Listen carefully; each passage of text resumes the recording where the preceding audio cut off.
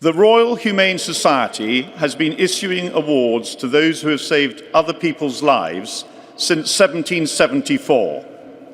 The very first award was presented to Thomas Vincent, whose quick thinking found a missing child, so enabling others to restore the infant to life.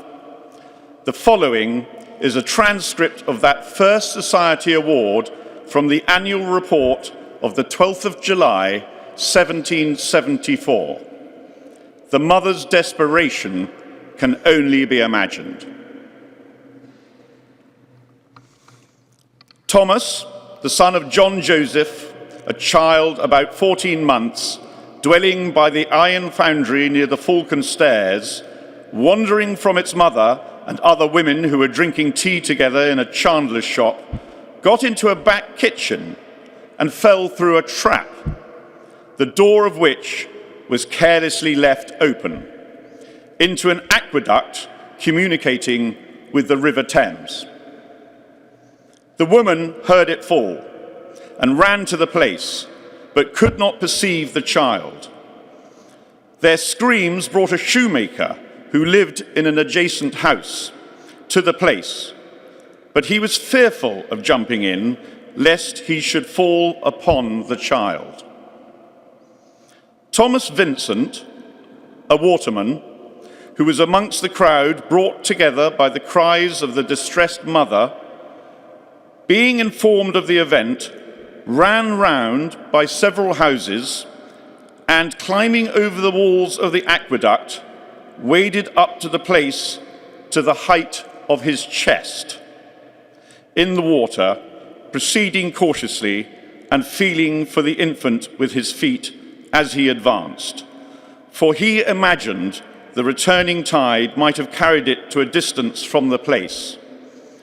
Nor was he altogether deceived, as he felt the child about 10 feet from the opening.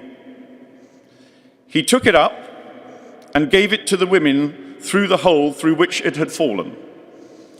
From 7 to 10 minutes must have elapsed from the falling in of the child to the time it was taken out.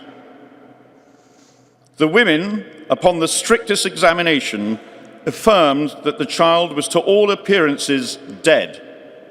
Its eyes were fixed, it lay breathless and void either of motion or pulse. They shook and beat it on its back for some little time, and laying it upon the counter in the shop, rubbed its belly and chest with dry salt. The friction was scarcely continued 3 minutes before the child began to gasp and give other signs of returning life, which increased till they were enabled to pour some salt and water down its throat. This excited a vomiting, by which the child threw up a considerable quantity of water and mud from its stomach, and in a few minutes more it was restored to the joyful arms of its mother. In the course of the evening, it had 2 or 3 convulsive fits, but these were of short duration and returned no more. The person who had taken the child out of the water ran for Mr. Boys, one of the medical assistants to this society. He not being at home, his journeyman went to the house, but he found the child pretty well recovered. The waterman had the reward promised by the society.